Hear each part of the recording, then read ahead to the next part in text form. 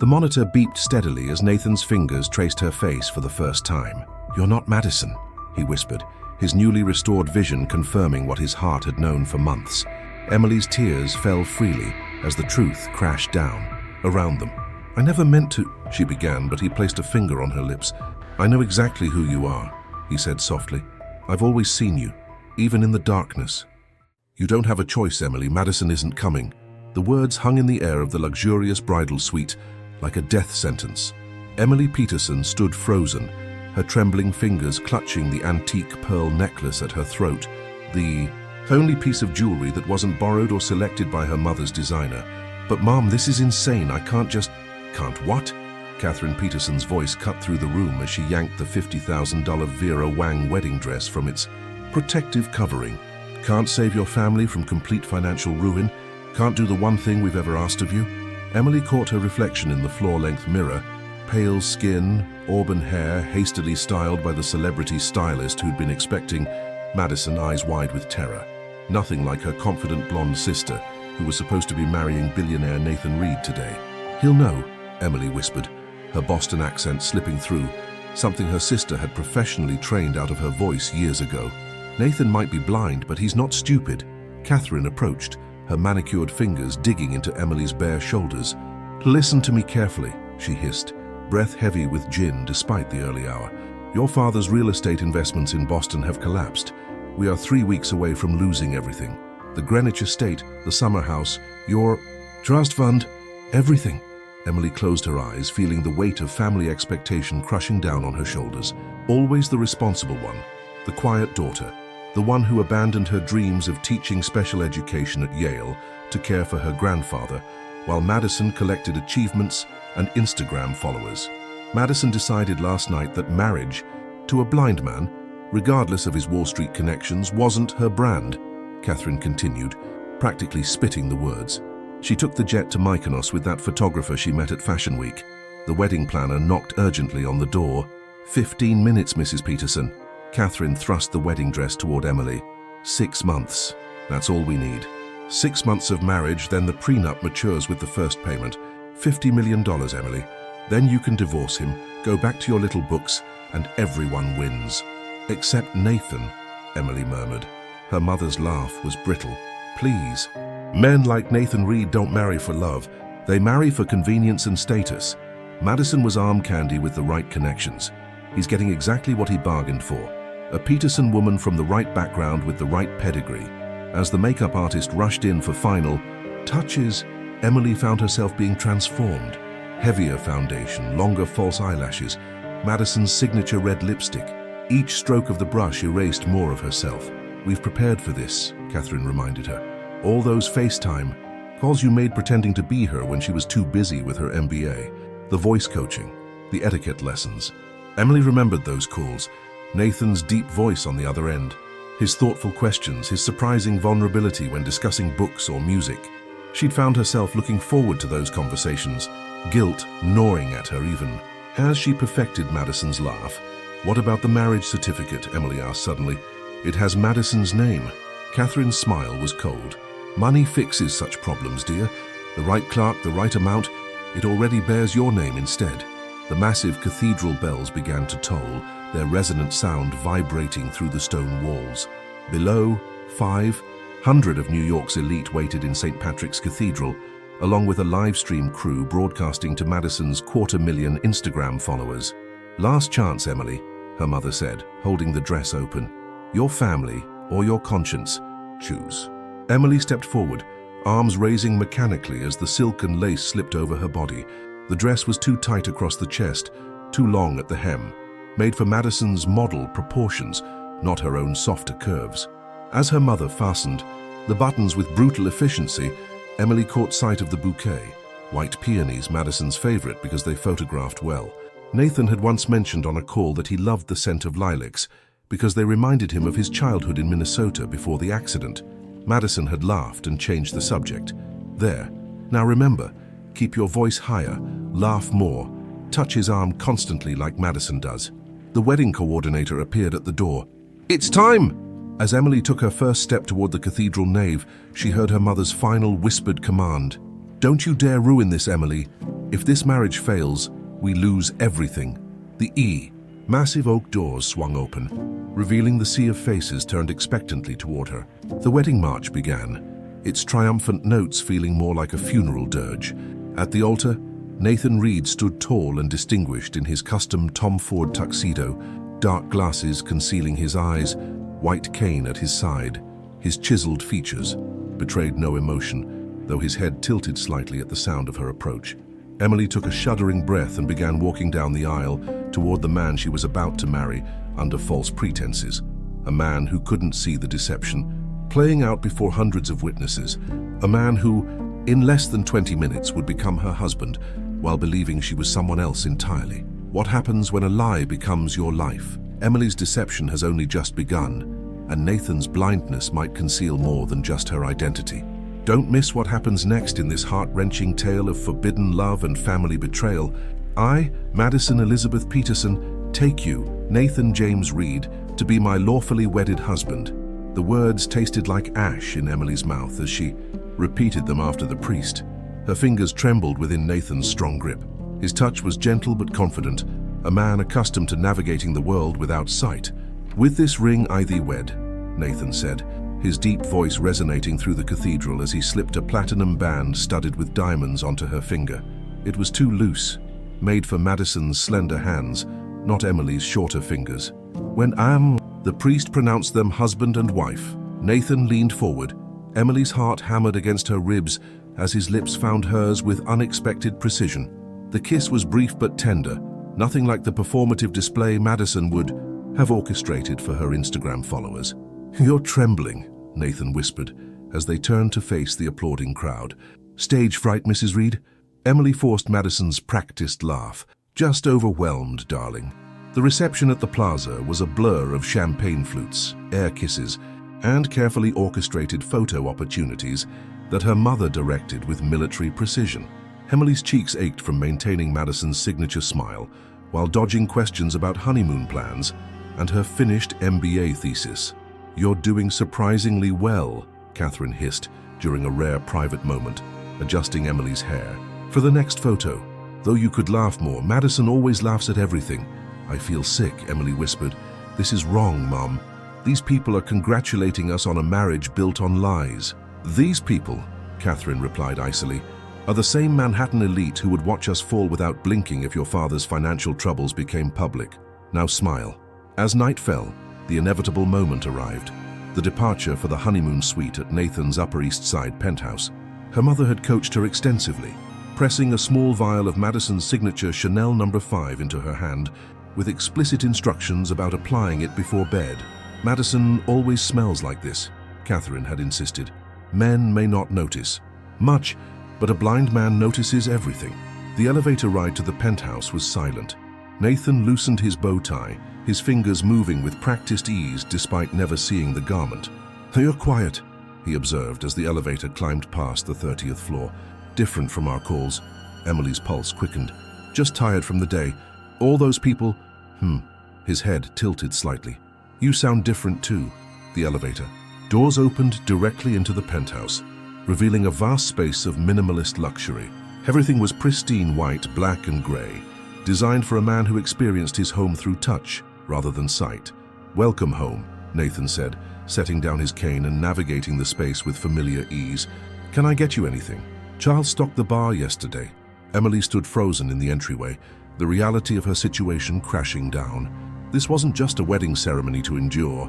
This was a life she had to inhabit, a marriage to maintain, a lie to live. "I'm fine," she managed, Madison's higher pitch straining her throat. "Just need a moment to freshen up." Nathan nodded, moving to the floor-to-ceiling windows overlooking Central Park. "Bathrooms down the hall, first door on the right. Your things were moved in yesterday." Madison's extensive skincare collection should be arranged alphabetically as requested. Emily found the bathroom, a marble palace larger than her entire graduate student apartment. Madison's monogrammed towels hung precisely spaced. The counter displayed an army of luxury creams, serums, and makeup, organized exactly as Madison would demand. Emily splashed cold water on her face, careful not to smudge the makeup that transformed her into her sister.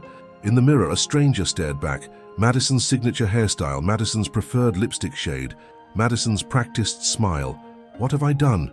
She whispered to her reflection. When she emerged, Nathan had removed his jacket and was pouring 2 glasses of champagne, his movements precise and practiced. 4 steps forward, he said, extending a glass in her direction. The furniture's been arranged exactly as it was during your last visit. Emily moved carefully, counting steps. Thank you. Nathan took a sip, then set his glass down with deliberate care. Now perhaps you'd like to tell me who you really are. The champagne flute slipped from Emily's fingers, shattering on the marble floor. Nathan didn't flinch at the sound. I don't know what you mean, she stammered, her carefully practiced Madison voice faltering. Nathan's expression remained impassive behind his dark glasses.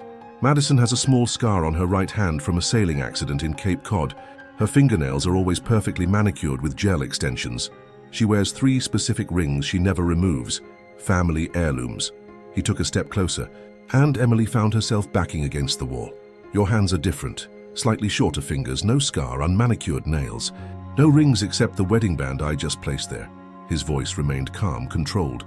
Your height is wrong, about an inch shorter. Your voice has a different timbre, and despite wearing her signature perfume, your natural scent underneath. His entirely different. Emily's legs gave way, and she sank to the floor amidst the scattered champagne and broken glass. How long have you known? She whispered in her natural voice. Since the moment you said your vows, Nathan replied. Though I suspected during our last few calls, Madison was becoming inconsistent, sometimes thoughtful and engaged, other times distracted and superficial. He knelt before her, seemingly unconcerned about the glass. What I don't know is who you are or why you're pretending to be the woman I agreed to marry. As Emily faces Nathan's unexpected revelation, can she possibly explain the desperate family scheme that led her to this moment? And what secrets might Nathan himself be hiding behind those dark glasses? The deception runs deeper than either of them could imagine. Emily's tears fell silently, mixing with the spilled champagne on the marble floor. The elaborate facade had collapsed in minutes, leaving her exposed and vulnerable before the man she'd been forced to deceive. My name is Emily Peterson, she whispered, dropping all pretense of being Madison. I'm her younger sister. Nathan remained perfectly still, his expression unreadable behind the dark glasses. I suspected as much. The resemblance in your voice has a familial quality. How can you be so calm? Emily's voice cracked. I just committed fraud. We're legally married under false pretenses. Nathan's laugh was cold, startling her. Miss Peterson, I've spent the last decade on Wall Street. Deception is the oxygen everyone breathes there. He moved to the sofa, navigating the space with practiced precision. What I want to know is why. What could possibly motivate someone to go through with such an elaborate charade? Emily pulled herself up, carefully avoiding the broken glass. The weight of her family's desperation pressed down on her shoulders. My family is 3 weeks away from complete financial ruin, she admitted, the words rushing out. My father made some disastrous investments. They're about to lose everything. The houses, the investments, their social standing. Nathan's head tilted. And Madison couldn't bear to marry a blind man, even for family salvation? The cruelty of it hung in the air between them. Emily flinched. She left yesterday, said marrying you would ruin her influencer brand, that she couldn't bear the thought of leading around a blind husband at galas. Emily's voice dropped to a whisper. I'm sorry. She's always been self-focused, and yet you agreed to take her place? Nathan's tone was measured, each word precisely chosen. Why? Emily stared at her hands, the unfamiliar wedding ring glinting under the penthouse's recessed lighting. They didn't give me much choice. It was this, or watch my family's complete destruction. She hesitated. My grandfather is in assisted living. His care depends on my father's money. Nathan was silent for a long moment. The city light sparkled through the floor-to-ceiling windows, creating shadows across his face. 6 months, he finally said. That's how long until the first payment triggers in the prenuptial agreement, isn't it? $50 million. Emily's breath caught. How did you— I'm blind, Emily, not stupid. I insisted on that clause myself. Insurance against precisely this kind of situation. He removed his dark glasses, revealing eyes that stared unseeing ahead, pale blue with a milky quality from the helicopter accident that had taken his sight. Did your family really think I would part with $50 million without safeguards? Emily felt sick. What safeguards? The prenup clearly states that any form of deception or misrepresentation renders the agreement null and void. His voice was clinically detached, including specifically identity fraud. The room seemed to tilt beneath Emily's feet. They didn't tell me that part? Of course they didn't. Nathan replaced his glasses with a practiced movement. Your family was never going to see a penny of my money. The question is, what do we do now? Emily sank onto the edge of a chair, the elaborate wedding dress crinkling around her.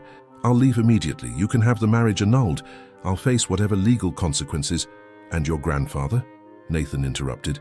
The one in assisted living? The question hit Emily like a physical blow. Tears welled up again. I'll figure something out. Maybe get a loan for graduate school, finish my degree in special education, find work, all of which takes time your family apparently doesn't have. Emily stared at him, confused by his calm analysis of her family's impending disaster. Why aren't you angrier? I participated in defrauding you. I stood before God and hundreds of witnesses and lied. Nathan moved to the window, his reflection ghostly in the glass. Perhaps because you're the first honest person I've encountered in this entire arranged marriage saga. He turned, somehow finding her exact location without sight. I have a proposition. A proposition? Emily echoed warily. Stay. The word hung between them. Be my wife not as Madison but as yourself for 1 year. Emily's heart hammered in her chest. Why would you want that? Because I'm tired of being Wall Street's blind curiosity.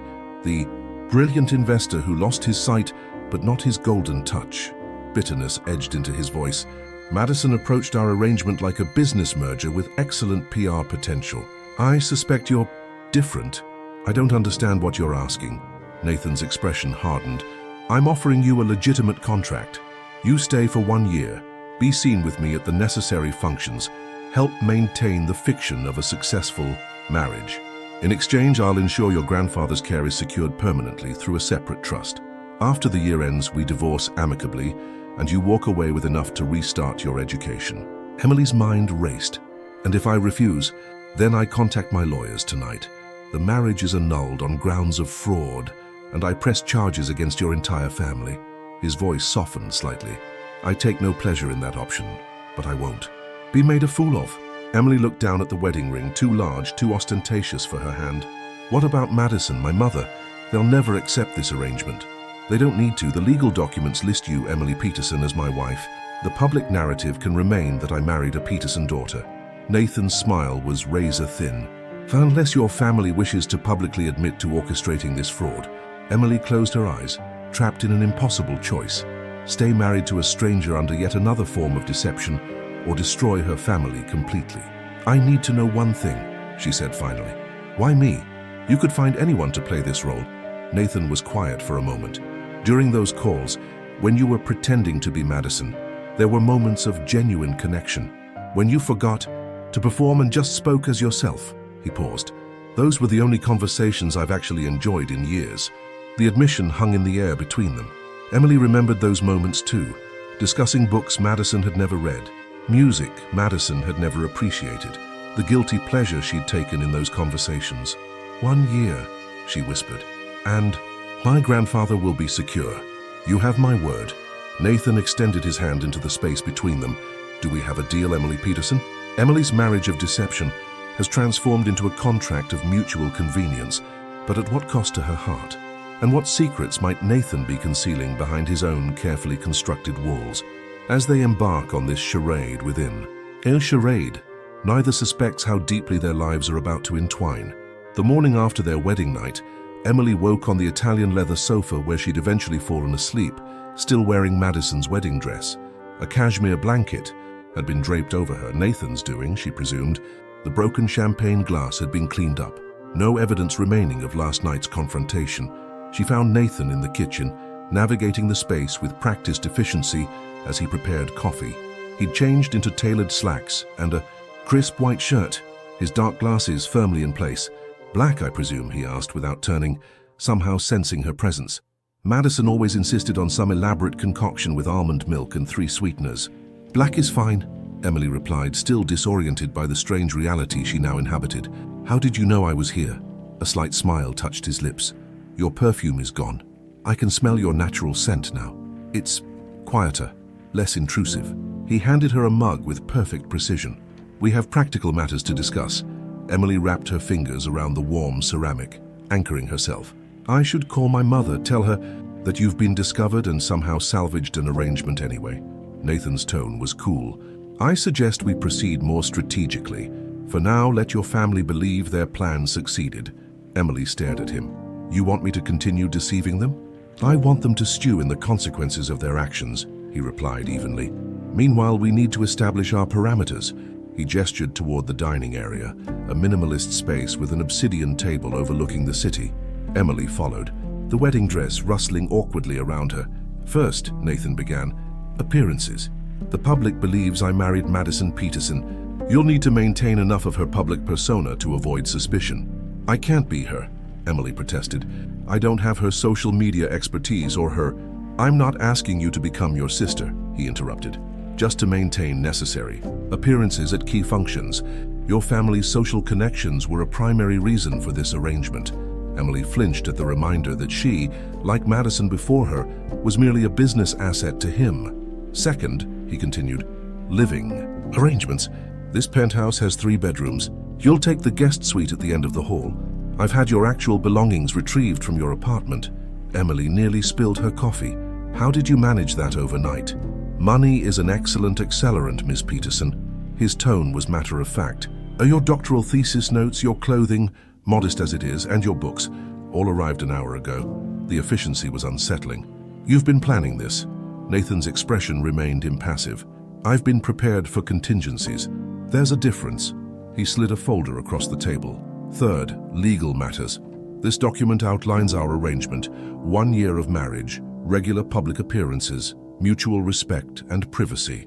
In exchange, your grandfather's care is secured through an irrevocable trust, and you receive a settlement upon divorce that will cover your educational expenses and provide reasonable startup capital for your future." Emily stared at the document, its legal language swimming before her eyes. "You prepared this in advance too?" "I had my lawyer draw up several potential arrangements last night." He paused. "I merely selected the most appropriate one." The casual display of power and wealth made Emily's stomach tighten. This man could reshape reality overnight while she slept on his couch. "And my family will be permitted to maintain their lifestyle for now," Nathan replied coolly. "But they'll receive nothing from me directly. I won't reward their deception." Emily's fingers traced the edges of the document. "Why not just expose us all, take your revenge immediately?" Nathan was silent for a long moment. "Because revenge is ultimately hollow, and because I believe you were as much a victim of their machinations as I was." Something in his tone made Emily look up sharply. "You sound like you're speaking from experience." The muscle in his jaw tightened almost imperceptibly. "Let's just say, I recognize coercion when I encounter it." He stood, abruptly. "I have meetings today. A car will take you to your grandfather's facility so you can explain the trust arrangement. I've scheduled an appointment with the director at noon." Emily's heart clenched. "You're actually doing that part immediately?" "I keep my promises, Emily. It's a failing in the business world, but one I maintain nonetheless." He moved toward the door where his assistant had silently appeared. "Harrison will help you settle in. Feel free to reorganize your suite as needed." As Nathan prepared to leave, Emily found her voice. "Wait, what do I call you? In private, I mean." He paused at the threshold. "Nathan will suffice. We may be engaged in mutual deception, but we needn't be strangers." After he left, Emily sat motionless, the weight of her new reality settling around her. Harrison, the impeccably professional assistant, materialized silently. "Ms. Peterson, shall I show you to your suite, and perhaps arrange for some appropriate clothing?" Emily looked down at the rumpled wedding dress, a symbol of yesterday's elaborate lie. "Yes, please. And could you just call me Emily?" Harrison's professional mask slipped slightly, revealing a glimpse of sympathy. "Of course. And may I say—" He hesitated, then continued carefully. "Mr. Reed has never brought anyone into this home before, not in the 2 years since his accident."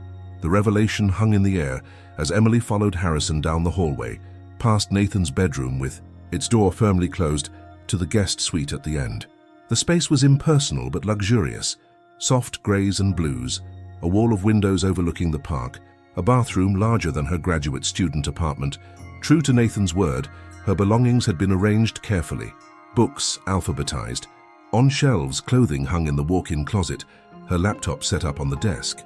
The familiar items looked out of place amid such luxury, like artifacts from another life. On the bed lay a small box.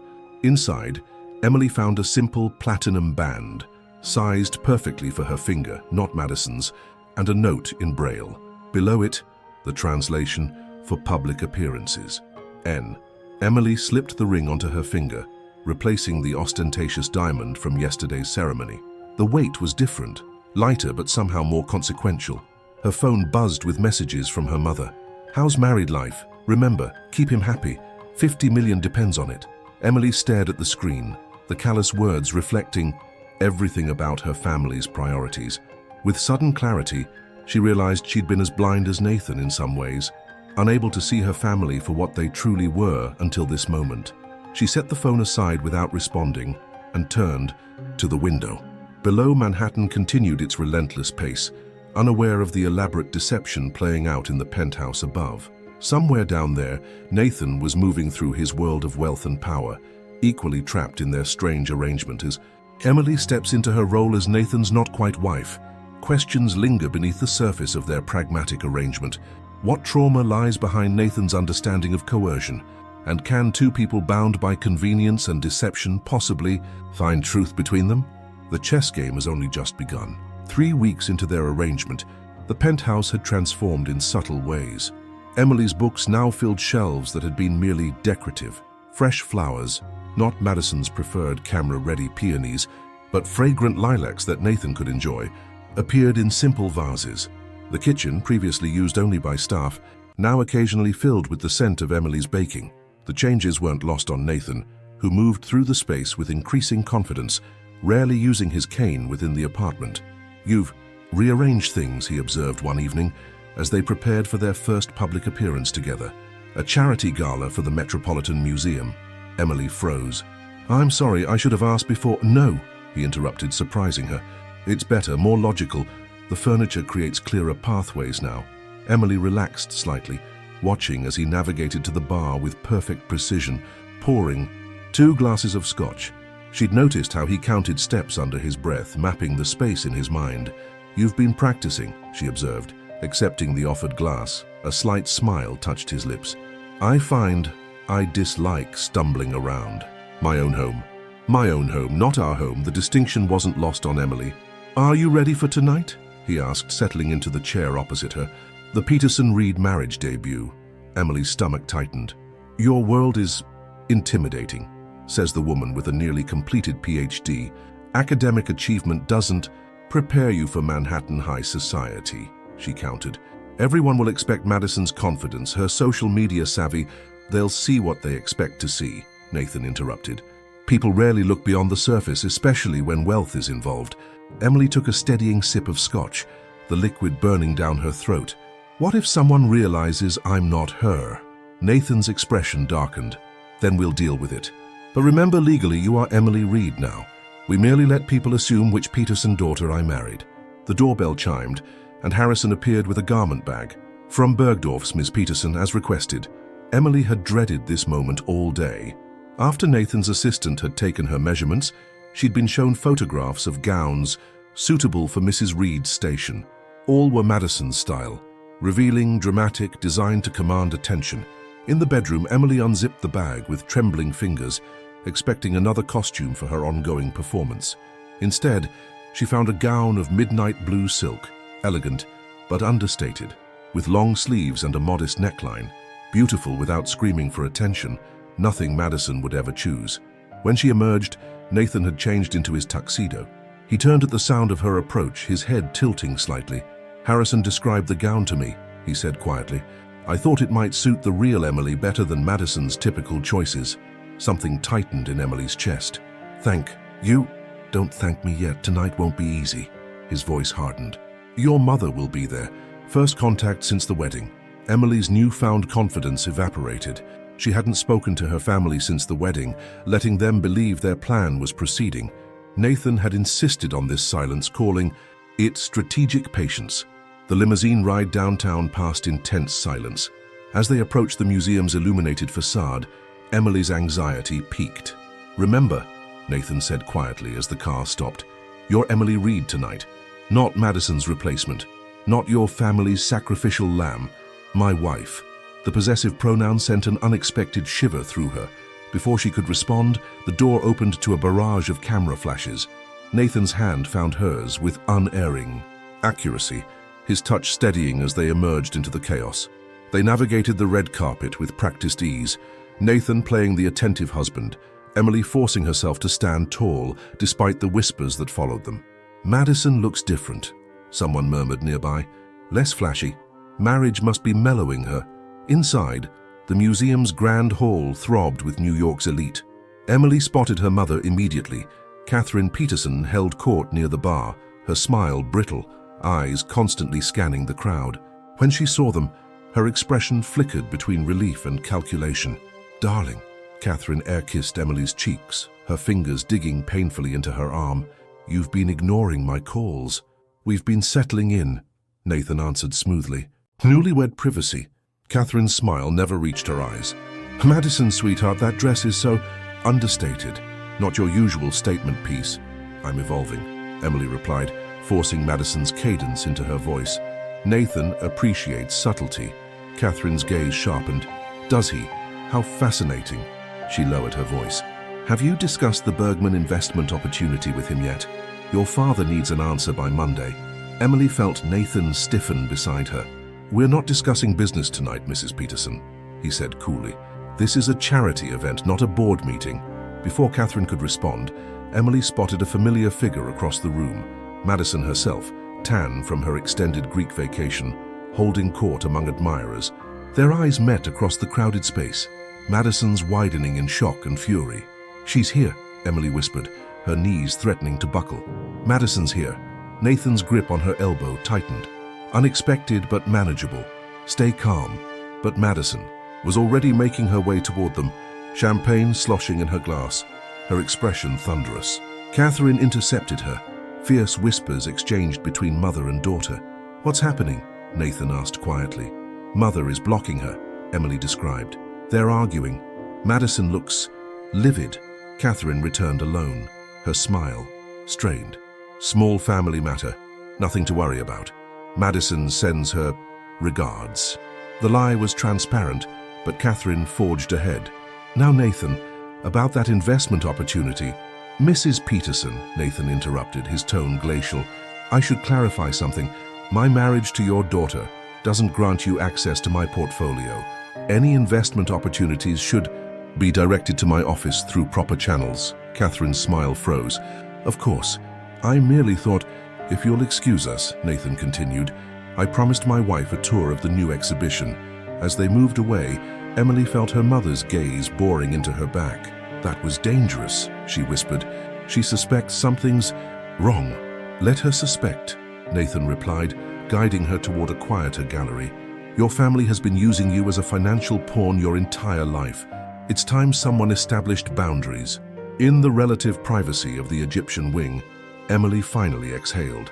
"Madison is furious. If she exposes us—" "She won't," Nathan said with certainty. "It would require admitting her own part in the original deception." Emily stared at an ancient sarcophagus, feeling a kinship with its entombed occupant. "This can't last, Nathan. Sooner or later the truth will surface." His hand found hers in the dimly lit space. "Then we control the narrative, starting now." Before she could question his meaning, he led her back to the main hall where a society photographer approached. "Mr. Reed, a photo for the Times social page." Nathan nodded, then surprised Emily by pulling her close, his lips finding hers with perfect aim. The kiss was gentle but unmistakably intimate, nothing like the performative peck at their wedding. Camera flashes exploded around them. When he pulled away, Emily stood breathless, confused by the emotions surging through her. Across the room, she caught Madison's furious expression, Catherine's calculating stare, and realized Nathan's strategic display had just changed the game entirely. As Emily and Nathan's false marriage creates waves in Manhattan society, the boundaries between performance and reality begin to blur. But with jealousy, greed, and secrets threatening their carefully constructed facade, how long can they maintain control of their dangerous charade? The photograph of Nathan and Emily's kiss dominated the society pages the following morning. Reed, Romance. Wall Street's blind billionaire and socialite wife display rare public affection, ran the headline in the New York Times style section.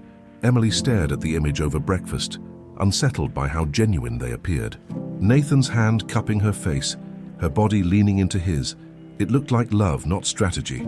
Harrison says we've successfully redirected the narrative, Nathan remarked, entering the kitchen with unerring precision. Public speculation now centers on how marriage has transformed Madison Peterson into someone surprisingly grounded. Emily set the paper aside. And my actual sister has retreated to the Hamptons to recover from jet lag. Your mother is doing damage control, suggesting Madison's recent Mediterranean excursion was a spiritual journey that inspired her new, more subtle approach to life. The key, clinical way he discussed their manipulation of public perception made Emily's stomach twist. This deception keeps expanding. Nathan paused, his unseeing eyes turning toward her voice. Having second thoughts about our arrangement? No, Emily said quickly, thinking of her grandfather's now secure care. I just never imagined living a life where every public moment is calculated. Welcome to my world, Nathan replied dryly, navigating to the coffee machine. Every gesture, every word scrutinized for weakness. Wall Street doesn't forgive vulnerability, and it exploits disability. The bitterness in his voice revealed more than he typically allowed. Emily studied him, the rigid posture, the careful control, the dark glasses that served as both shield and barrier. The accident, she began hesitantly. The one that took your sight. Was it really in Aspen? His body tensed. You've been researching me, trying to understand the man I'm legally married to, she countered. After a long silence, Nathan sighed. No, not Aspen. That's the public story, a skiing accident, clean and simple. The truth is messier. He settled into the chair opposite her, his coffee untouched. 2 years ago, I was in Louisiana inspecting offshore investments. Environmental. Activists had raised concerns about one of our subsidiary operations. My board insisted it was nothing, just troublemakers seeking attention. His voice hardened. I went personally, chartered a helicopter to see the situation firsthand. What I found was catastrophic. Illegal drilling practices, environmental regulations ignored, safety protocols abandoned, all to increase profit margins by 8%. Emily waited silently as he gathered himself. I confronted the site manager. Things escalated. As we were leaving, something went wrong with the helicopter. A mechanical failure, they claimed afterward. We crashed into the Gulf. The controlled precision of his voice faltered slightly. The pilot died instantly. I woke in darkness, salt water burning my eyes. The official report cited corrosion damage from seawater, but the timing was convenient. You think it was deliberate? Emily whispered, horror dawning. I can't prove it, Nathan replied flatly. But 3 weeks later, while I was still hospitalized, my board buried the environmental report and silenced the whistleblowers with settlements. By the time I recovered enough to fight back, the evidence was gone. That's why you left active management of your company, Emily realized. Hard to wage corporate warfare when you're learning to navigate with a cane. His smile was bitter. The board was sympathetic publicly, relentless privately. I needed allies, connections, hence the strategic marriage to a Peterson daughter. The revelation hung between them, his vulnerability matching her own, both trapped by circumstances beyond their control, both using their arrangement as protection against predatory forces. I'm sorry, Emily said quietly. About the accident, about everything. Nathan's hand found the table edge, then his coffee cup. Don't be. My blindness forced me to see what I was willfully ignoring before. The corruption, the hollow values, the destructive pursuit of wealth at any cost. The doorbell interrupted them. Harrison appeared moments later, his typical composure visibly shaken. Mr. Reed, Miss Peterson is here. Madison Peterson. Emily's heart slammed against her ribs. Nathan's expression remained impassive. Show her in, Harrison. Madison Peterson swept into the room like a hurricane in Valentino designer sunglasses, pushed into her blonde hair, fury radiating from every pore. Well, isn't this cozy, my sister playing house with my fiancé? Ex-fiancé, Nathan corrected calmly. You forfeited that title when you fled to Mykonos rather than honor our agreement. Madison's perfect features contorted. You have no idea what agreements were made. She turned to Emily, venom in her voice. Getting comfortable in my life. Little sister, Enjoying my clothes, my penthouse, my social position. Emily stood, suddenly tired of cowering. I'm wearing my own clothes, Madison. And this stopped being your life the moment you abandoned it for a photographer. Abandoned? Madison laughed, the sound brittle. I was taking a stand. Mother and Daddy were selling me like property. Yet you had no problem when they decided to substitute me instead. Emily countered, years of resentment surfacing. I was expendable enough to take your place. Madison faltered momentarily before her anger resurged. It was supposed to be temporary, a placeholder, until I decided whether I wanted this life, not for you to actually become the socialite wife. Nathan stood, his presence commanding despite his disability. Enough, what do you want, Madison? She tossed an envelope onto the table. Daddy's investment firm is collapsing. The banks are calling in loans. Without immediate capital, they'll lose everything. Emily felt sick. That's why Mother was pushing so hard at the gala. 50 million would save them. Madison continued, her voice hardening. Which is exactly what was promised for this arrangement. Nothing was promised to you, Nathan replied coldly. And your father's financial mismanagement isn't my concern. Madison's perfectly manicured finger jabbed toward Emily. We had a deal. You play wife temporarily, we get the money, everyone wins. That deal died when you left me at the altar, Nathan stated flatly. My arrangement with Emily is separate and private. Madison's face flushed with rage. Private?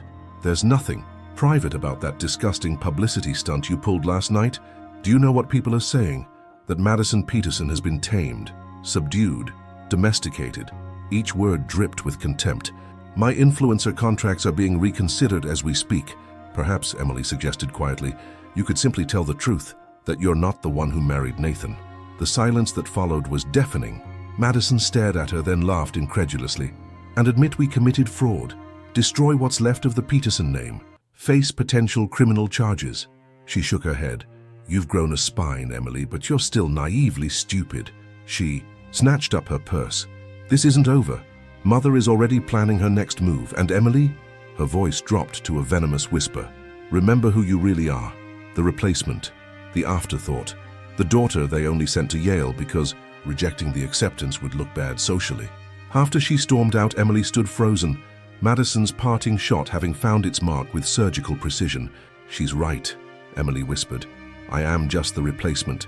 In this marriage, in my family, everywhere. Nathan moved toward her, his hand finding her shoulder with unexpected gentleness. No, you're the reality behind the facade, the substance behind the shadow.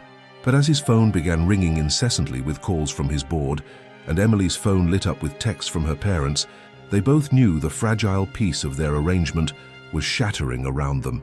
The carefully constructed walls between public perception and private truth are crumbling, as Madison's jealousy and the Peterson family's desperation threaten everything. As external pressures mount, can Emily and Nathan's pragmatic arrangement survive, or will it collapse under the weight of deception and newfound vulnerability? 2 days after Madison's confrontation, Emily sat alone in the penthouse library, surrounded by financial documents. Spreadsheets and bank statements covered the antique desk. The full extent of the Peterson family's financial collapse laid bare through records Nathan had obtained. The numbers told a devastating story. Her father had leveraged everything on speculative real estate ventures. When those failed, he'd borrowed against existing properties to double down. Now the house of cards was collapsing spectacularly. You shouldn't torture yourself with those, Nathan said, entering the room with quiet precision. He'd been noticeably withdrawn since Madison's visit, spending long hours with his legal team. I needed to understand, Emily replied, her voice hollow. My entire life they claimed every sacrifice was for family security. Private schools I hated, social events that made me miserable, even dropping out of my doctoral program to care for grandfather when they wouldn't pay for a nurse. She pushed the papers away, all while they were gambling everything on risky investments. Nathan's hand found the back of a leather chair. People justify unconscionable actions when money and status are involved. They're going to lose everything within weeks, Emily whispered. The Greenwich house, the Hamptons property, even their stake in the Boston development. Nathan's expression remained impassive. And you feel responsible. It wasn't a question, but Emily answered anyway. They're still my family. Family doesn't sacrifice one child to save themselves. His voice held unexpected bitterness. Family doesn't view their children as assets to be leveraged. The personal edge to his words surprised Emily. "You sound like you're speaking from experience again." Nathan was silent for so long she thought he wouldn't answer. Finally, he sighed. "My parents were farmers in rural Minnesota, humble people, but principled. When I earned a scholarship to Harvard, they were proud." A muscle in his jaw tightened. "They died in a car accident my sophomore year." "I'm so sorry," Emily said softly. "My uncle became my guardian. He saw my education as an investment opportunity." Nathan's voice turned clinical, detached. "He borrowed, heavily funding ventures that would guarantee our family's future. When I graduated, he presented me with the bill. Hundreds of thousands in debt he'd accumulated in my name." Emily's chest tightened with recognition. "What did you do?" "I paid it. Worked myself nearly to death on Wall Street, telling myself it was familial duty." His laugh was hollow. "By the time the debt was cleared, I'd become what I hated, another soulless financier measuring life in profit margins." He removed his dark glasses, rubbing the bridge of his nose wearily. Without the barrier, his unseeing eyes appeared vulnerable, the pale blue irises seeming to look inward rather than outward. "The accident changed everything. Facing death has a way of clarifying priorities." He replaced his glasses with practiced precision. "Which is why I recognize what you're considering, Emily, and why I'm asking you not to do it." She stiffened. "I don't know what you mean." "You're contemplating approaching my board directly, offering to use your position as my wife to influence me on the Louisiana situation in exchange for financial assistance for your family." The breath left Emily's lungs. "How did you—" "Because your mother has already made that overture," Nathan replied flatly.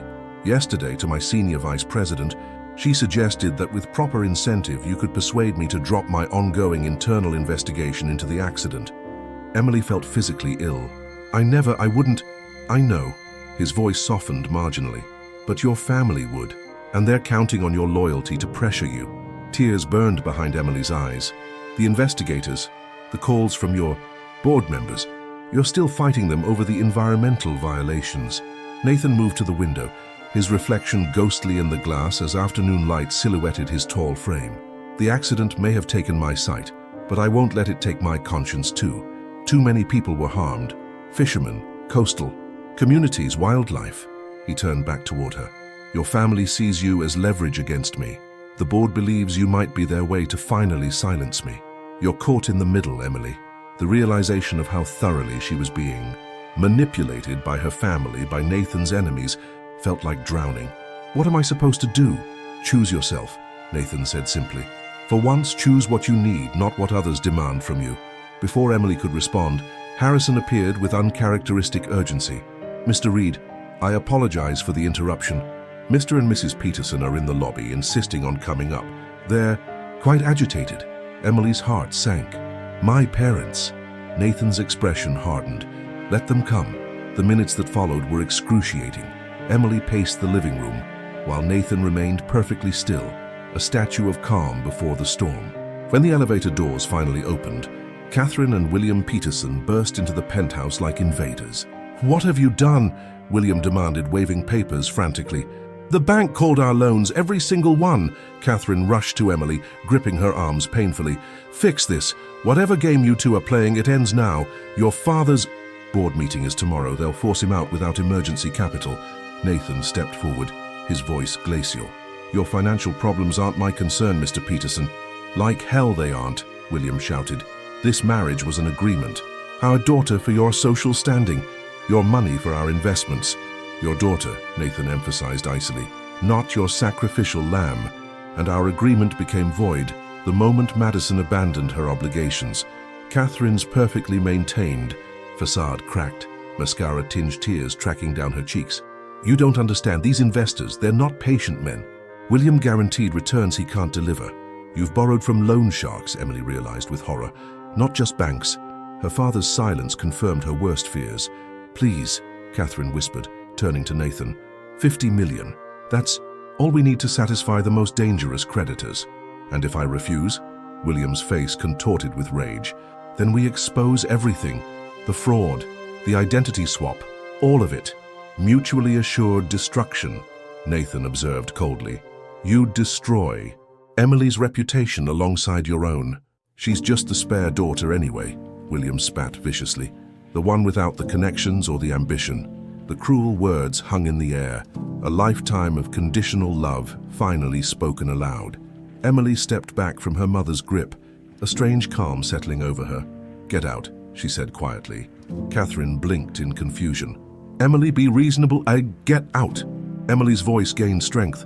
"For years I've been your backup plan, your safety net, your second best option, no more." William pointed a shaking finger at Nathan. "This is your doing. You've turned her. Against her own family." "No, Father," Emily replied steadily. "You did that all by yourself the moment you decided I was expendable." As Harrison escorted her stunned parents to the elevator, Emily felt something inside her both breaking and mending simultaneously. The shattering of family illusions and the assembly of something new. Self-respect, perhaps, or simply the clarity. That came from finally seeing the truth. Nathan moved beside her, not touching but present. "Are you all right?" "No," Emily answered honestly, "but I think someday I might be." As Emily finally stands up to the family that has manipulated her entire life, a greater threat emerges from the shadows. Nathan's corporate enemies and the Peterson family's dangerous creditors create a perfect storm that will test the limits of their arrangement and force them to confront the true nature of the feelings growing between them. The morning after Emily confronted her parents, Nathan received the call they'd both been dreading. His legal team had uncovered evidence that William Peterson had bypassed traditional lenders and borrowed heavily from individuals connected to organized crime in Boston. The dangerous implications hung in the air as Nathan relayed the information. "They won't just foreclose on properties," he explained grimly. "These aren't banks concerned with paperwork and public image." Emily sat motionless at the kitchen island, a half-eaten piece of toast forgotten before her. "They'll hurt them, won't they?" Nathan didn't soften the truth. "They'll make examples of them. Your family's social connections make them especially useful warnings to others who might consider defaulting." Emily pressed her palms against her eyes. "This is insane. How could they be so reckless?" "Pride," Nathan replied simply. "The desperate need to maintain an image regardless of reality." He hesitated. "I've arranged protection for your grandfather's facility, additional security, protocols for visitors." The thoughtfulness of this gesture, protecting the one family member Emily truly loved, touched her deeply. "Thank you, but Madison has fled to Paris, according to Harrison's sources. Your mother is at the Greenwich House, refusing all calls. Your father is missing." The last word sent ice through Emily's veins. "Missing how?" "He never arrived at yesterday's board meeting. His phone is off. His private banking contacts haven't heard from him." Nathan's voice was carefully neutral. "My security team is looking into it." Emily stood abruptly. "I need to warn my mother. Whatever their faults, I can't just... I've already sent people to the Greenwich House. She's refusing entry to anyone." Nathan moved toward her, navigating the kitchen with the familiarity of someone who had memorized every inch. "Emily, there's something else you should know." The gravity in his tone made her stomach clench. "What?" "The board has scheduled an emergency meeting tomorrow. They're making a move to force me out completely." His jaw tightened. "They're using our marriage as leverage, claiming I've become emotionally compromised, making decisions based on personal entanglements rather than shareholder value. Because you won't bail out my family," Emily realized. "Because I won't drop the Louisiana investigation," he corrected. "Your family situation just provided convenient timing." Emily moved to the window, watching rain begin to streak the glass. "What does this mean for us?" Before Nathan could answer, the elevator doors slid open. Harrison appeared, his composure visibly shaken. "Mr. Reed, Dr. Vishwanath is here from Johns Hopkins. She says it's urgent." A striking woman in her 50s strode in behind him, medical bag in hand. "Nathan, I came as soon as I reviewed the new scans. We need to talk immediately." Emily watched confusion, then recognition cross Nathan's face. "Lakshmi, what scans? We don't have an appointment until next month." Dr. Vishwanath glanced uncertainly at Emily. "Perhaps we should speak privately." "Emily is my wife," Nathan said firmly. "Whatever you need to say, you can say in front of her." The doctor's expression grew grave. "Very well. The neurological team detected something concerning in your last MRI. The inflammation patterns surrounding your optic nerve have changed significantly." Emily moved instinctively to Nathan's side. "Changed how?" "They indicate potential for recovery." Dr. Vishwanath opened her tablet, though only she and Emily could see the images displayed. These readings suggest the damage isn't permanent as we initially believed. Emily stared at the complex brain scans, the highlighted areas meaningless to her untrained eye. But the doctor's expression told her everything. You're saying he might see again? With immediate surgical intervention, yes. There's approximately a 60% chance of partial vision restoration. The doctor turned directly to Nathan. But the window is closing rapidly. The procedure needs to happen within the next 48 hours, or the inflammation will cause permanent scarring. Nathan stood perfectly still, his face unreadable behind the dark glasses. Why wasn't this caught during my regular examinations? Dr. Vishwanath hesitated. That's the troubling part. I received an anonymous package this morning containing your complete medical records and these recent scans. Records that show your regular neurologist, Dr. Ellison, has been deliberately misinterpreting your results for months. The implications hit Emily like a physical blow. Someone has been ensuring Nathan remains blind. Dr. Ellison is on the board of Reed Enterprises, Nathan said, his voice dangerously quiet. Appointed after my accident. Dr. Vishwanath nodded, grimly. The records suggest he's been suppressing your recovery potential since the beginning, prescribing medications that actually increase inflammation rather than reduce it. Emily watched as Nathan's hands curled into fists, the only outward sign of the rage he must be feeling. Who sent you these records? The package was anonymous, but the doctor hesitated. There was a note. It said, "The truth for the truth." Madison, Emily gasped. Madison sent this, but why would she help you? Nathan's laugh held no humor. Not help, leverage.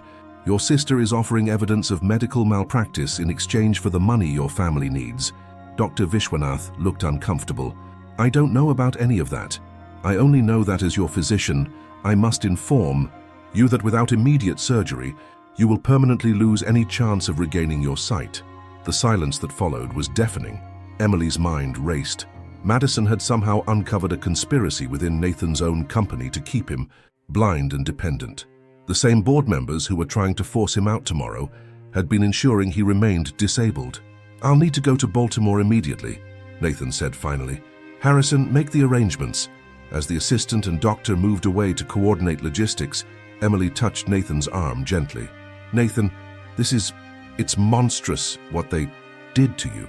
His expression was stone. It's business. Ruthless, calculated business. What about the board meeting tomorrow? It becomes irrelevant if the surgery is successful. His voice hardened. They kept me blind because they feared what I'd do with the Louisiana evidence if I regained my independence. They were right to be afraid. Emily hesitated, then asked the question burning in her mind. And Madison? Her leverage? Nathan turned toward her, his unseeing eyes somehow finding hers with unnerving accuracy. Madison is playing an angle, as always. The question is, what are you going to do? What do you mean? Our arrangement was clear. I help your grandfather. You play the dutiful wife for a year. But if I regain my sight, the unspoken implication hung between them. Their marriage of convenience had been built around his blindness, her deception. Both foundations were about to crumble. You think I'd leave? Emily realized, hurt blooming in her chest, that I'd abandon our agreement because you might see again. I think, Nathan said carefully, that you deserve the chance to choose freely without obligation or coercion. Isn't that what we both wanted? Freedom from being manipulated by others? Before Emily could respond, Harrison returned with urgent news. The private jet was ready, but they'd need to leave immediately to reach Baltimore in time for the necessary pre-surgical preparations. As they moved toward the elevator, Emily's phone lit up with a text message from an unknown number. Choose wisely, little sister. 50 million for the family that raised you, or stand by the man who bought you. You have until midnight. M. With Nathan's sight and freedom hanging in the balance, Emily faces an impossible choice between family loyalty and emerging love. As corporate enemies close in and dangerous creditors hunt the Petersons, the truth behind years of manipulation is about to be revealed in the most devastating way possible.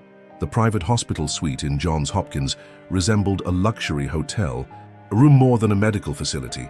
Floor-to-ceiling windows overlooked Baltimore's harbor, though heavy curtains now blocked the view, as Nathan rested after hours of pre-surgical tests and evaluations. Emily sat in the corner armchair, Madison's ultimatum burning like acid in her mind. The midnight deadline was 6 hours away. You're very quiet, Nathan observed, his voice rough with fatigue. The dark glasses were gone. replaced by medical patches protecting his sensitive eyes. From light before tomorrow's procedure. Just processing everything, Emily replied, trying to keep her voice steady. She hadn't told him about Madison's text, unwilling to add another burden before his surgery. Dr. Vishwanath gives the procedure a 60% chance of success, Nathan said clinically. That means a 40% chance of failure. You should be prepared for either outcome. Emily moved to sit on the edge of his bed, her hand finding his. I'm not worried about whether the surgery succeeds or fails. Then what? I'm worried about what comes after. She squeezed his fingers gently. Your board members deliberately kept you blind, Nathan. The people you trusted with your company, your health. My mistake was trusting anyone, he replied, bitterly, especially doctors selected by my board. Emily studied his face, the strong jawline, the tension around his mouth. Without the barrier of dark glasses, his vulnerability was more apparent.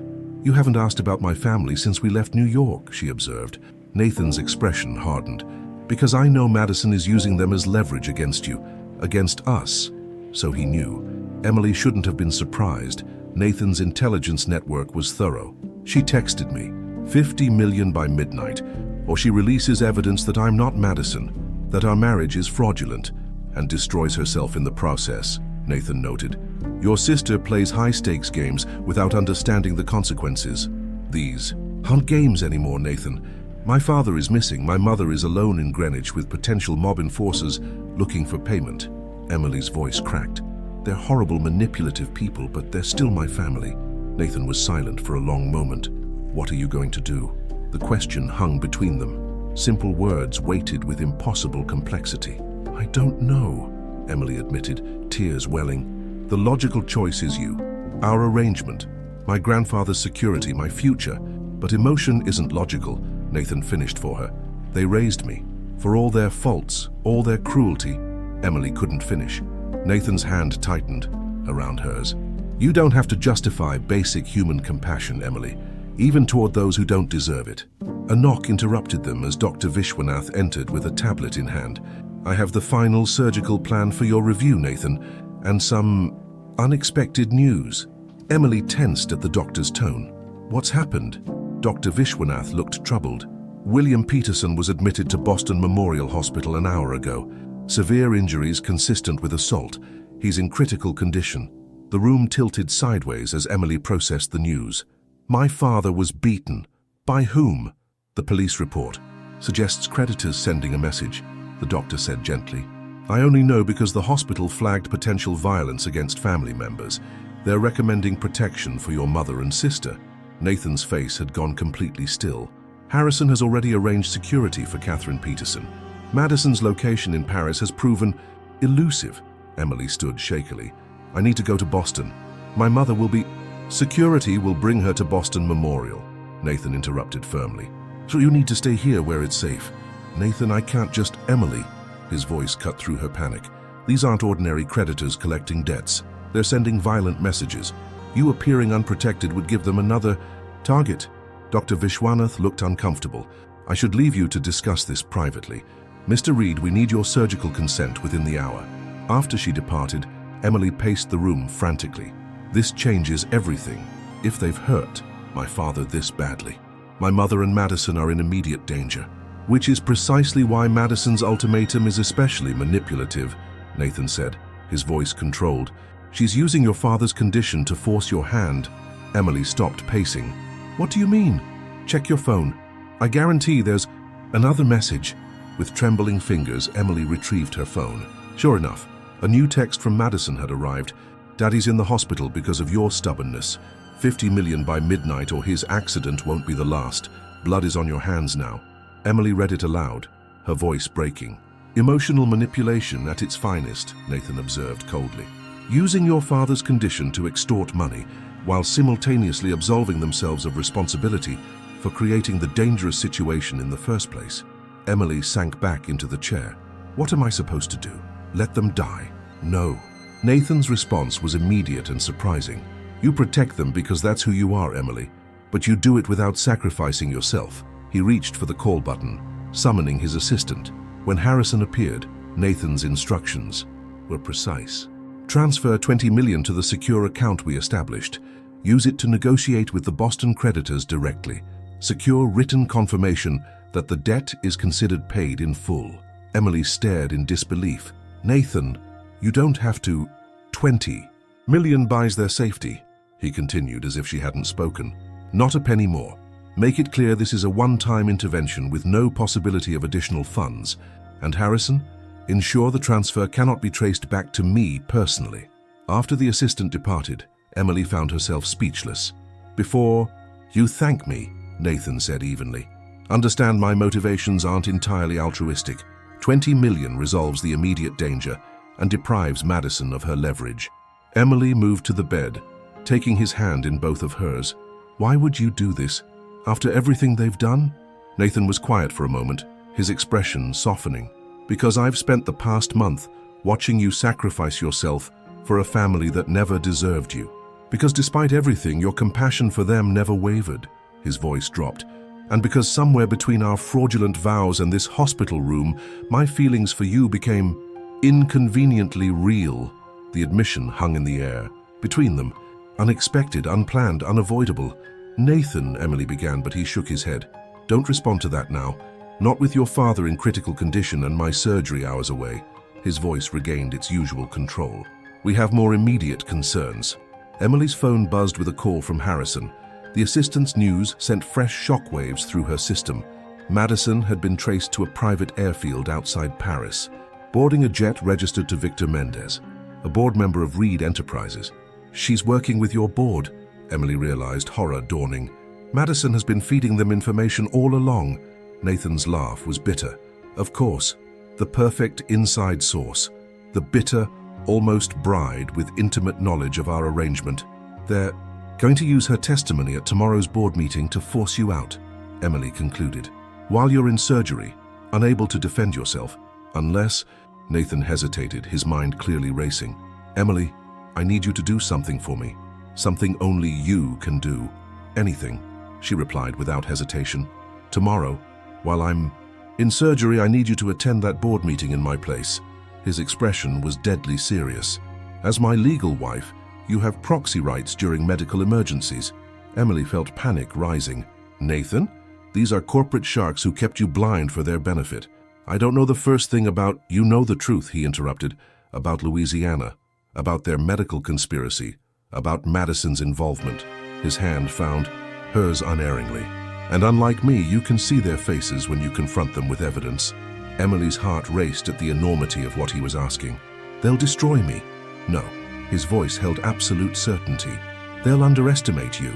Everyone always has. Your family, your professors, Madison. That's your greatest advantage. As nurses arrived to prepare Nathan for final pre-surgical protocols, Emily made her decision. She leaned down and kissed him, not for appearances, not for strategy, but from a place of genuine emotion that had been growing despite all their pragmatic barriers. I'll be your eyes tomorrow, she whispered against his lips. I promise. While Nathan fights for his sight in the operating room, Emily prepares to face his corporate enemies alone. But as Madison's betrayal reaches new depths and dangerous forces close in on the Peterson family, the true price of vision may be higher than either of them ever imagined. The Reed Enterprises boardroom embodied everything Emily had spent her life avoiding. Cold luxury, calculated power, ruthless ambition. 40 stories above Manhattan, 12 men and women in bespoke suits turned as one when she entered, their surprise quickly masked by professional disdain. Mrs. Reed, Victor Mendez, the acting chairman, recovered first. This is a closed board meeting. I'm afraid your presence is inappropriate. Emily placed Nathan's legal proxy documents on the polished table. My husband is currently in surgery at Johns Hopkins. As his medical proxy and legal representative, I'll be taking his seat today.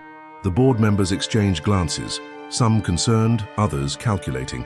Emily recognized several faces from photos Nathan had shown her, including Dr. Ellison, a neurologist who had deliberately misinterpreted Nathan's brain scans to keep him blind. While we sympathize with Mr. Reed's medical situation, a silver-haired woman said smoothly, these proceedings concern complex corporate matters that require intimate knowledge of Louisiana, Emily interrupted. The environmental violations your subsidiary committed 2 years ago, the helicopter accident, that conveniently occurred after Nathan discovered your illegal operations, the conspiracy to keep him blind afterward. She smiled thinly. Those corporate matters. The temperature in the room seemed to drop 10 degrees. Mrs. Reed, Mendez began, his voice dangerously soft, you're making serious accusations without evidence, while emotionally compromised by your husband's condition. Actually, Emily opened her laptop, connecting it to the room's projection system. I have substantial evidence. Nathan may have been blind, but he certainly wasn't inactive. The screen filled with documents, internal memos, falsified environmental reports, maintenance records for the helicopter showing deliberate tampering, and finally the medical records Dr. Vishwanath had received. Most damning, Emily continued, her academic training allowing her to maintain a professor's calm despite her racing heart, are Dr. Ellison's communications with board members regarding Nathan's treatment. Patient's vision recovery would complicate our position significantly as particularly illuminating language from a physician. Dr. Ellison's face had gone pale. These records were stolen. They're inadmissible. In court, perhaps, Emily acknowledged. But this isn't a courtroom. It's a board meeting where you're attempting to remove the company's founder while he fights for his sight. Sight you deliberately suppressed. The boardroom doors opened, and Emily's calm nearly shattered as Madison strutted in, dressed in Parisian couture, her blonde hair perfectly styled. She faltered momentarily at the sight of Emily, then recovered with a practiced smile. Sorry I'm late. Flight delays from Paris. She moved to stand beside Mendez, her hand resting possessively on his shoulder. I see my sister has decided to play corporate warrior. How adorable. Mendez looked uncomfortable at Madison's familiar touch. Ms. Peterson has provided valuable insights into the personal situation with Nathan. You mean she's been feeding you information about our arrangement, Emily corrected, while simultaneously blackmailing me for $50 million to save our family from creditors. Madison's perfect smile didn't waver. Family loyalty is such a complex thing, isn't it? Emily? Speaking of family, how's Daddy doing after his unfortunate accident? The casual cruelty of the question staggered Emily. He's in intensive care because of debts you helped him accumulate with your extravagant lifestyle. Details, Madison waved, dismissively. What matters now is resolving this situation cleanly, she addressed the board. I'm prepared to testify that Nathan Reed's marriage is fraudulent, that he arranged to marry me, and when I had second thoughts, he coerced my sister into taking my place. The boardroom erupted into murmurs. Mendez looked triumphant. If true, this constitutes serious ethical violations that would certainly justify removing Nathan from all positions of authority. Emily felt the situation slipping away. Then her phone buzzed with a message from Harrison. Package delivered. The signal they'd arranged. Before Ms. Peterson offers her testimony, Emily said clearly, the board should be aware of several facts. First, Nathan has transferred $20 million to resolve the Peterson family's most dangerous debts, without conditions or expectations. Madison's smile faltered slightly. How generous. Too little, too late. Second, Emily continued, Nathan anticipated this ambush. He's prepared a complete dossier on the Louisiana violations for the Environmental Protection Agency, the Department of Justice, and 3 major news outlets. If he's removed from the board today, those documents will be released automatically. The room fell silent as the implications registered, and finally, Emily met her sister's eyes directly. Madison should consider her own legal exposure before testifying. Conspiracy to commit fraud, blackmail, and, she paused deliberately, complicity in attempted murder, given her knowledge of the deliberate medical suppression of Nathan's recovery. Madison's perfect facade cracked. You wouldn't dare. I'm your sister. Yes, Emily acknowledged quietly. The sister who was willing to let me marry a man under false pretenses, who blackmailed me while our father lay bleeding in a hospital, who conspired with these people to keep a man blind for corporate convenience. She turned back to the board members, many of whom now looked distinctly uncomfortable. Nathan isn't asking for revenge. He's asking for accountability. His terms are simple. The board members involved in the Louisiana cover-up and the medical conspiracy resign immediately. The company establishes a $500 million remediation fund for the affected communities, and Nathan retains full control of the company direction going forward. Or, Mendez challenged, though his confidence had visibly diminished. Or the evidence goes public, the stock collapses, and you all face federal charges." Emily shrugged. "Nathan believes in second chances. He's offering you an expensive but private consequence rather than a public and legal one." As the board members began whispering urgently among themselves, Madison grabbed Emily's arm, pulling her toward the corner. "You stupid, naive girl," she hissed. "Do you really think they'll just roll over? That I'll let you win?" Emily gently removed her sister's hand. "This isn't about winning, Madison. It's about stopping a cycle of corruption and manipulation that's hurt countless people, including you." "I don't need your pity," Madison spat. "No," Emily agreed sadly. "What you need is help, the kind our parents never gave either of us." Before Madison could respond, Emily's phone rang. Harrison again. She answered, heart pounding, aware the entire room had fallen silent watching. "Emily," Harrison's voice was tight with emotion. "The surgery is complete. Dr. Vishwanath needs to speak with you immediately." The world seemed to pause as Emily took the doctor's call, the board meeting fading to background as she listened to the surgical results. When she finally lowered the phone, her hands were trembling. "Mrs. Reed," Mendez prompted, curiosity overcoming hostility. "Nathan's condition." Emily took a steadying breath. "The surgery was more complex than anticipated. There were complications." A murmur ran through the room, some faces showing genuine concern, others calculating the corporate implications. Dr. Vishwanath was able to repair the damage to his right optic nerve, Emily continued, her voice gaining strength. "With rehabilitation, he's expected to regain approximately 60% vision in that eye." Relief flooded through her. Partial vision was still vision. Nathan would see again, even if imperfectly. "However," she continued, meeting each board member's gaze, "the left eye suffered permanent damage from the deliberate mistreatment. He'll never have vision in that eye." She let the words settle heavily across the room, the human cost of their corporate conspiracy made undeniably tangible. "Mr. Reed will return to New York next week," Emily concluded. "He expects your decisions regarding his terms by then. Consider carefully. He'll be seeing your faces for the first time, with clear understanding of exactly what each of you did." As Emily gathered her materials to leave, Madison blocked her path. "This isn't over, little sister. You've made powerful enemies today." Emily looked at her sister, truly looked at her beyond the perfect exterior to the damaged, desperate person beneath. "I'd rather have powerful enemies than become someone who betrays her own family for personal gain." Madison flinched as if struck. "You have no idea what I've sacrificed, what I've endured." "You're right," Emily acknowledged quietly. "I don't know your full story, but I hope someday you'll be brave enough to step out of the role they forced you into, just like I finally have."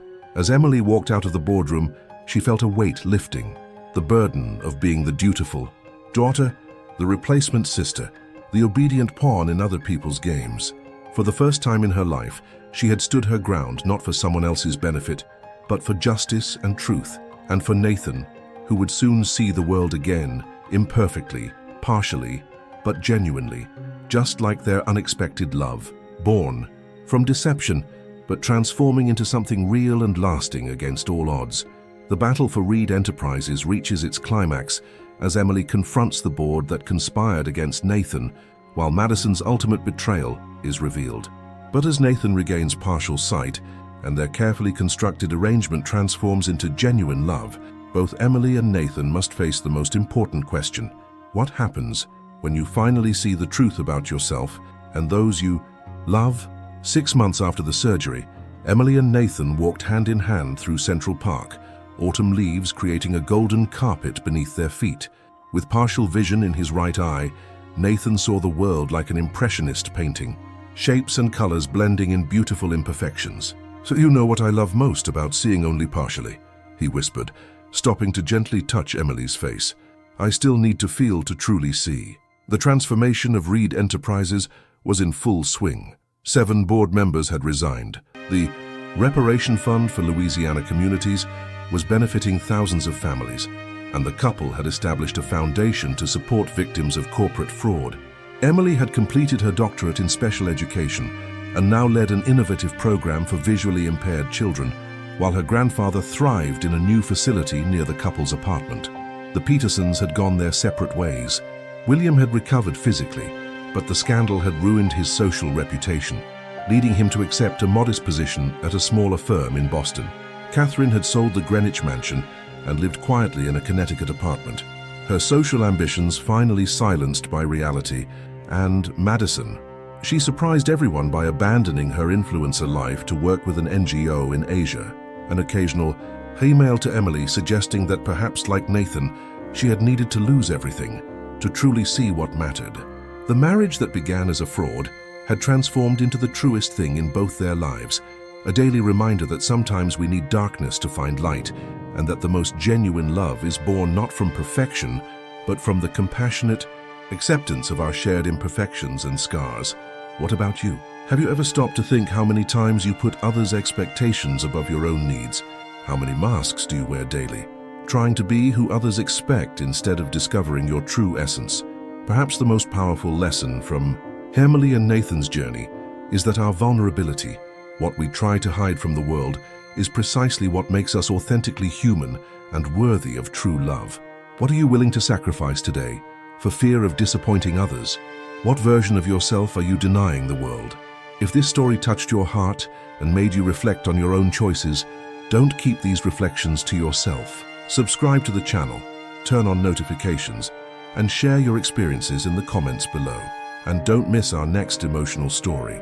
Ordinary cleaner spoke Dutch in front of the billionaire. The next morning, her destiny changed. Click on the video appearing on screen now to continue this journey of stories that transform lives and remind us of the redemptive power of true love.